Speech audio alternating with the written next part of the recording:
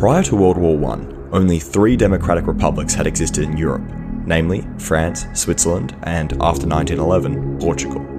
The rest of Europe was monarchical, and of all the major European monarchies, only the United Kingdom had a parliamentary system. Today, monarchy has almost completely disappeared in Europe. The monarchies that do remain are monarchies in name only. Kings and queens have been reduced to figureheads, and supreme power is vested in elected parliaments. How did this occur? To answer this question, we must briefly discuss World War I.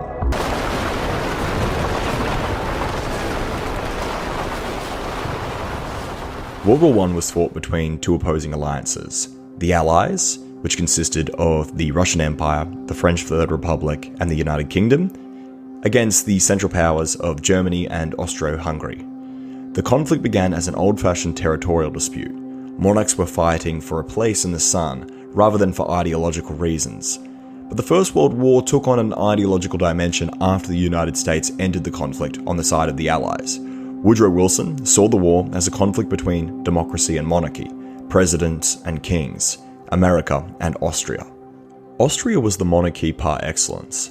Ideologically, it could not be further from America. It had inherited many traditions as well as symbols of the Holy Roman Empire. Its dynasty had once ruled Spain, and it played a leading role in the Counter-Reformation. In order to make the world safe for democracy, Wilson believed that the Austro-Hungarian Empire had to be destroyed. After the Allied victory, America emerged as the world's leading superpower. It used this new power to dismember the Austro-Hungarian Empire, which was carved into 2 new states. Likewise, the Germans were forced to give up their monarchy and burdened with heavy reparations. The American Age, the Pax Americana, had begun. Monarchies throughout Europe were overthrown and became instead democracies.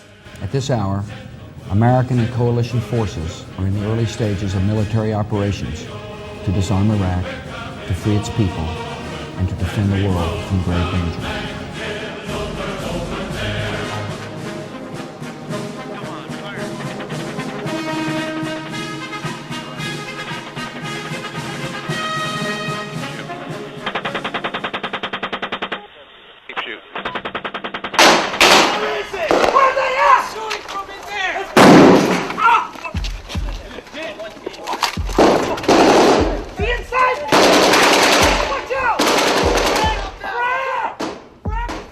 Till this day, America fights for the idea of universal and global democracy. Recent events in the Middle East have, however, led many to question the righteousness of this cause. America's attempt to make the world safe for democracy has led to untold bloodshed, destruction, and financial loss. Many have begun to ask, should democratic government be spread across the globe? Someone who has thought extensively about this topic is the philosopher and economist Hans Hermann Hoppe. Hoppe begins his book, Democracy, the God That Failed, by asking, what would have happened if Woodrow Wilson had kept the US out of World War I? Hoppe's answer to this question goes against the official history we are taught in school. He sees the spread of democracy at the end of World War I as an unmitigated disaster. To quote him, if the United States had followed a strict, non-interventionist foreign policy, Austria-Hungary, Germany, and Russia would have remained traditional monarchies instead of being turned into short-lived democratic republics.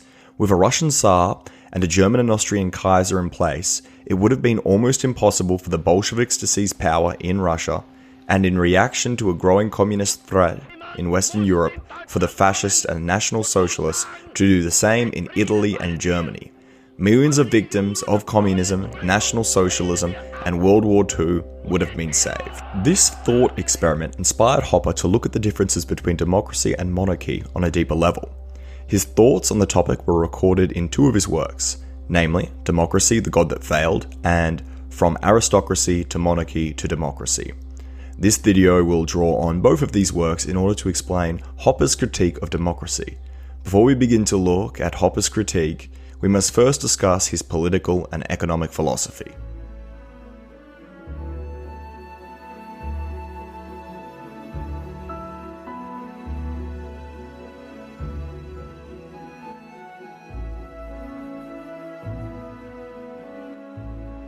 Hoppe is a member of the Austrian School of Economics.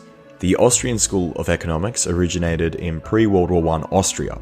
It promoted a capitalistic and stateless social order based on property rights and freedom of association. The destruction of the Habsburg Empire led one of its main proponents, Ludwig von Mises, to leave Austria and emigrate to America. Mises believed that liberty was inextricably linked with property. To quote him, "The program of liberalism, if condensed into a single word, would have to read property. That is, private ownership of the means of production. All the other demands of liberalism result from this fundamental demand." Hopper was greatly influenced by the work of Mises. He shared his political commitment to private property rights. Indeed, Hopper argues that private property rights are the foundation not just of liberty, but of civilization itself. Why did Hopper place such a great emphasis on the importance of property rights? The civilized man is distinguished from the savage mainly by forethought. He is willing to endure present pains for the sake of future pleasures. Put differently, civilization is inextricably linked with time preference. True forethought only arises when a man does something towards which no impulse urges him, because his reason tells him that he will profit by it at some future date. The farmer is perhaps the first civilized figure in history. He tills the land, not because it is pleasurable, but because he anticipates that this will ultimately bring about a greater amount of food. He endures present pains for the sake of future pleasures. The English word culture comes from the Latin word cultura.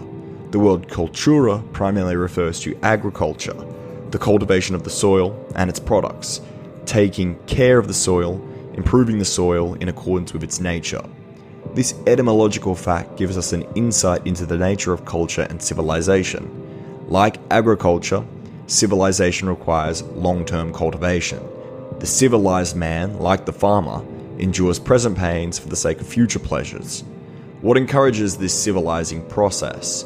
What makes somebody willing to endure present pains for the sake of future pleasures? There are a number of factors that influence one's time preference. Age, for example, dramatically impacts one's time preference. The child tends to be impulsive, seeking instant gratification. Likewise, some adults have childlike tendencies, choosing to preference the short term over the long term. But according to Hopper, property rights have the greatest influence on time preference.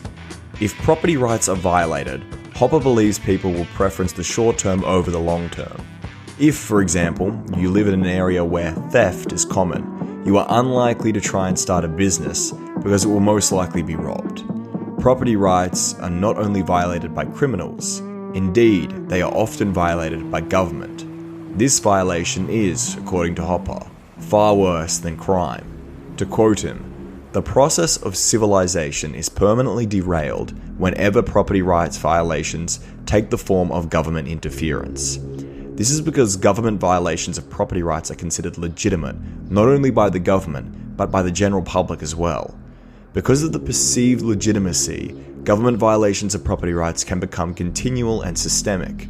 The continual and systemic violation of property rights impacts time preference rates and time preference schedules. Producers begin to see themselves as defenseless against future victimization by government agents. As a result, their expected rate of return on productive, future-orientated actions is reduced all round. And according to Hopper, they become more present-orientated. According to Hopper, the extent to which this happens depends on the type of government a people adopt. To quote him, "Different forms of government lead to different degrees of decivilization." Shortly after making this observation, Hopper begins his meditation on democracy and monarchy. In a monarchy, government is privately owned. A king possesses the political territory and views it as his estate. As has already been said, Hopper believes private ownership encourages civilization and long-term thinking. To appreciate this point, consider how you treat a rental property as compared with a private property. Whilst you may keep the rental property in good condition, it is unlikely that you will fund renovations or invest a great deal of time and effort in improving it. This is because you do not own the property. By contrast, if you came into possession of your family home, you would not think twice about investing in it. You own the house and will therefore seek to enhance its value. According to Hopper, something similar occurs under monarchical rule. Because the monarch owns the territory and can pass it to his offspring, he will seek to enhance its value for the sake of his lineage. One way a monarch can enhance the value of his territory is by respecting private property rights. Heavy-handed taxation will lead to a reduction in production. This, in turn, will lead to a reduction in the monarch's overall wealth. To quote Hopper, "A private owner of government, which is to say, a king, would avoid taxing his subjects so heavily as to reduce his future earning potential to the extent that the present value of his estate, which is to say his kingdom, would actually fall. Instead, to preserve or even enhance the value of his personal property, he would systematically restrain himself in his taxing policies. For the lower the degree of taxation, the more productive the subject population will be, and the more productive the population, the higher the value of the ruler's parasitic monopoly of expropriation will be. He will use his monopolistic privilege, of course. He will not tax. But as the government's private owner, it is in his interest to draw parasitically on a growing, increasingly productive and prosperous non-government economy, as this would always, and without any effort on his part, also increase his own wealth and prosperity. Tax rates would thus tend to be low." According to Hopper, another advantage of monarchical rule is the separation that exists between the governed and the government. In a monarchy, the government estate is typically passed on within the ruling family. Therefore, no one outside the king's family can realistically hope to become the next king.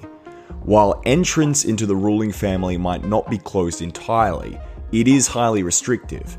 Outside marrying a royal family member, there is almost no way to become a part of the ruling class. To quote Hopper, "Owing to these restrictions regarding entrance into government and the exclusive status of the individual ruler and his family, private government ownership stimulates the development of a clear class consciousness on the part of the governed public and promotes opposition and resistance to any expansion of the government's power to tax. A clear-cut distinction between the few rulers and the many ruled exists, and there is little or no risk or chance of a person's moving from one class to the other. Confronted with an almost insurmountable barrier to upward mobility, solidarity among the ruled is strengthened, and the ruling class's risk of losing its legitimacy as a result of increased taxation is accordingly heightened." In a democracy, government is publicly rather than privately owned. The ruling party are the temporary caretakers of government rather than its owner. They can use the government apparatus to their personal advantage, but they cannot pass it to their children. According to Hopper, this significantly impacts time preferences. Because the party will only be in power for a limited amount of time, it is incentivized to think and act in an impulsive fashion. It will embrace things that are detrimental in the long term but beneficial in the short term, such as borrowing and printing money. This is because the caretaker government will not be held liable for debts incurred during the tenure in office. Rather, their debts will be considered public and to be repaid by future governments. Democracy also promotes de-civilization by violating private property rights. In a democratic country, one man has one vote. Politicians come to power by attaining the most votes. In most societies, small groups of people tend to possess most of the property. But this does not change the fact that they only have one vote. It is, therefore, politically advantageous to promise wealth redistribution. According to Hopper, this redistribution will lead to a reduction in production. To quote him, "Given the rules of democratic government, of one man, one vote, a caretaker, whether to secure his present position or advance to another, must award or promise to award privileges to groups rather than particular individuals. And given that there always exists more have-nots than haves of everything worth having, his redistribution will be egalitarian rather than elitist." According to Hopper, this makes the prospect of being a non-producer more attractive than being a producer. Consequently, the number of producers declines and the amount of productive activity is reduced. Furthermore, Hopper believes democracy blurs the line between ruler and ruled, and in so doing, contributes to decivilization. Under monarchical rule, government is controlled by the nobility. By contrast, anyone in a democracy can become a member of the ruling class. This strengthens the identification of the public with the state. Indeed, some begin to see the state as indistinguishable from the people. As a consequence, all of society becomes thoroughly politicized. One of the most obvious examples of this politicization is nationalism. To quote Hopper, "Democratic republicanism inevitably leads to nationalism, i.e., the emotional identification of the public with large, anonymous groups of people characterized in terms of a common language, history, religion, and/or culture, and in contradistinction to other foreign nations. Wars become battles between different ways of life, which can only be resolved through cultural, linguistic, or religious domination and subjugation, or even extermination. It becomes more and more difficult for members of the public to remain neutral or to extricate themselves from all personal involvement. Resistance against higher taxes to fund a war is increasingly considered treachery or treason. Conscription becomes the rule, rather than the exception. And with mass armies of cheap and hence easily disposable conscripts fighting for national supremacy or against national suppression, backed by the economic resources of the entire nation, all distinctions between combatants and non-combatants fall by the wayside, and wars become increasingly brutal. In summary, Hopper believes that democracy profoundly changes the nature of war. Because the distinction between the people and the state is blurred, so too is the distinction between combatants and non-combatants. War therefore becomes total, and entire populations come to be seen as enemies. This leads to untold destruction, devastation, and decivilization. Furthermore, democratic government leads to reckless spending and the violation of property rights. These two things disincentivize long-term thinking and set in motion a process of decivilization. In light of these theoretical conclusions, Hopper believes that much of modern European and Western history can be reconstructed. He believes that the Whig view of history, which suggests that mankind marches continually forward toward ever higher levels of progress, is false. To quote him, "From the viewpoint of those who prefer less exploitation over more, and who value far-sightedness and individual responsibility above short-sightedness and irresponsibility, the historic transition from monarchy to democracy represents not progress, but civilizational decline. This process of decline was set in motion by World War I. Under Wilson's administration, World War I became an ideological mission to make the world safe for democracy and free of dynastic rulers. After the war, Russia, Germany, and Austria became democratic republics with universal male and female suffrage and parliamentary governments.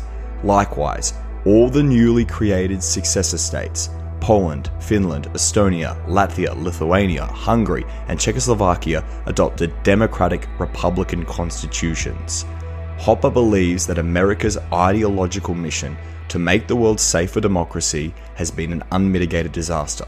To quote him, "With a Russian Tsar and a German and Austrian Kaiser in place, it would have been almost impossible for the Bolsheviks to seize power in Russia, and in reaction to a growing communist threat in Western Europe, for the fascists and National Socialists to do the same in Italy and Germany. Millions of victims of communism, National Socialism, and World War II would have been saved. The extent of government interference with and control of the private economy in the United States and in Western Europe would never have reached the heights seen today, and rather than Central and Eastern Europe, and consequently half of the globe, falling into communist hands, and for more than 40 years being plundered, devastated, and forcibly insulated from Western markets, all of Europe and the entire globe would have remained integrated economically, as in the 19th century, in a worldwide system of division of labor and cooperation. World living standards would have grown immensely higher than they actually have. In short, Hopper believes that democratic government has slowly eroded the prudential and industrial character of European civilization and replaced it with a sterile, orgiastic consumerism. There is, in other words, a declining concern for the future in comparison to the present. People increasingly think about today at the expense of tomorrow because their system of governance encourages them to do so. Hopper believes that if we wish to prevent an outright breakdown of European civilization, we must attempt to delegitimize democracy. To quote Hopper, Ultimately, the course of human history is determined by ideas, whether they are true or false. Just as kings could not exercise their rule unless public opinion accepted their rule as legitimate, so democratic rulers are equally dependent on public opinion to sustain their political power. It is public opinion, therefore, that must change if we are to prevent the process of de-civilization from running its full course. Hopper believes that we can change public opinion by pointing out that almost all major thinkers had nothing but contempt for democracy. Indeed, many of the critiques that Hopper makes have been made before. In European classical antiquity, democracy was seen as a familiar phase of cyclical political development. Just as spring follows winter, the ancients believed that tyranny followed democracy. Plato, for example, famously said, "Dictatorship naturally arises out of democracy, and the most aggravated form of tyranny and slavery out of the most extreme liberty." The Founding Fathers appear to have shared this concern. Without a single exception, they thought democracy a dangerous force. Instead of democracy, they advocated aristocratic republicanism. John Adams, for example, was convinced that every society grows aristocrats as inevitably as a field of corn will grow some large ears and some small. In a letter to John Taylor, he insisted, like Plato, that democracy would ultimately evolve into despotism. And in a letter to Jefferson, he declared that democracy will envy all, contend with all, endeavour to pull down all, and when by chance it happens to get the upper hand for a short time, it will be revengeful, bloody, and cruel. James Madison, in a letter to Jared Parks, complained of the difficulty of protecting the rights of property against the spirit of democracy. And even Thomas Jefferson, probably the most democratic of the founders, claimed that democracy is nothing more than mob rule, where 51% of the people may take away the rights of the other 49%. For these reasons, the framers of the Constitution went to great lengths to ensure that the federal government was not based on the will of the majority, but on the defense of liberty and private property. In his short essay, On Democracy versus Liberty, Stephen Hang argues that the Constitution was designed to govern the government, not the people. The Bill of Rights establishes the rights of the people against infringements by the state. The only thing that the citizens can demand from the state under the Bill of Rights is for a trial by a jury. The rest of the citizens' rights are protections from the state. For roughly a century after the Constitution was ratified, private property, contracts, and free international trade within the United States were sacred. The scope and scale of the government remained very constrained. All this was very consistent with what was understood to be liberty. The founders believed that individuals, families, and communities should be free to live their lives as they see fit, as long as they accord the same freedom to everyone else. Thomas Jefferson famously said, "The sum of good government shall restrain men from injuring one another, and shall leave them otherwise free to regulate their own pursuits." For a century and a half after the founding, America met this description. Today, it does not. Indeed, the government now sees itself responsible for almost every aspect of its citizens' lives. Hopper believes that this has been an unmitigated disaster. To quote him one last time, "After more than a century of compulsory democracy, the predictable results are before our very eyes. The tax load imposed on property owners and producers makes the economic burden even of slaves and serfs seem moderate in comparison. Government debt has risen to breathtaking heights. Gold has been replaced by government-manufactured paper as money, and its value has continually dwindled. Every detail of private life, property, trade, and contract is regulated by ever higher mountains of paper laws. In the name of social, public, or national security, our caretakers protect us from global warming and cooling and the extinction of animals and plants, from husbands and wives, parents and employers, poverty, disease, disaster, ignorance, prejudice, racism, sexism, homophobia, and countless other public enemies and dangers. And with enormous stockpiles of weapons of aggression and mass destruction, they defend us, even outside of the US, from ever-new Hitlers and all suspected Hitlerite sympathizers. However, the only task a government was ever supposed to assume, of protecting our life and property, our caretakers do not perform. To the contrary, the higher the expenditures on social, public, and national security have risen, the more our property rights have been eroded. The more our property rights have been expropriated, confiscated, destroyed, and depreciated, and the more we have been deprived of the very foundation of all protection, of personal independence, economic strength, and private wealth. The link between democracy and de-civilization will seem far-fetched to most people. We've been taught to view democracy and civilization as inextricably linked. We believe that all countries, once they reach a certain level of civilization and development, become democratic. Many believe, for instance, that it is only a matter of time before China converts to democratic governance. Likewise, we associate democracy with liberty and freedom. This link appears justified when one takes a cursory look at the world. Democratic countries tend to be more civilized, wealthy, and free than non-democratic countries. Unsurprisingly, many attribute these positive characteristics to democracy itself, but Hopper believes that these tendencies are better attributed to property rights than democracy. Property rights promote long-term thinking, and in so doing, civilization. The Anglosphere was previously characterized by a strong respect for property rights. Indeed, property rights took precedence over democratic rights. A similar arrangement still exists in lost fragments of the British Empire, such as Hong Kong, Singapore, and Dubai. But the situation in the West is now reversed. Democratic and political rights take precedence over property rights. Politicians in the Anglosphere are politically incentivized to loot both their own citizens through taxation and the future through currency debauchement and debt accumulation. According to Hopper, this has set in motion a process of de-civilization, not just in the Anglosphere, but across the entire European continent, because America has replaced almost all forms of indigenous governance with democracy. Hopper believes this explains why European civilization is in the state that it is in. Unlike Hopper, I do not think that Western decadence can be explained by economic forces.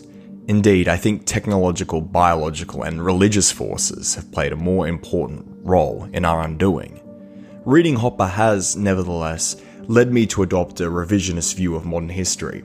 I think he is right to attribute the intellectual and cultural productivity of pre-democratic Europe to monarchical government. Furthermore, I think his suggestion that monarchy promotes civility and property rights is correct. I do not, therefore, think that the Allied victory of World War I and the subsequent establishment of Pax Americana was a good thing for European civilization. Had the Americans maintained their policy of isolation, European civilization would most likely be in a much better position today. If you like this video, please subscribe, and thanks for watching. On the other hand, if you ask yourself, how do people rise to the top in a democracy? The answer is, you must be an intelligent bad guy in order to rise to the top. Imagine you would say, I will protect private property, I will not raise taxes, I will not engage in any type of redistribution. I will abolish all types of welfare handouts. What are your chances that you will rise to the top in a big country? The answer is, you can forget it. Democracy is, so to speak, the guarantee that only bad people will rise to the top, and the more so, the larger the country is. That might not be the case in a small village of 100 people where everybody knows each other and they know how they acquired their position. But as soon as the masses of people are large enough so that nobody knows from whom you steal and so forth, the worst people will rise to the top.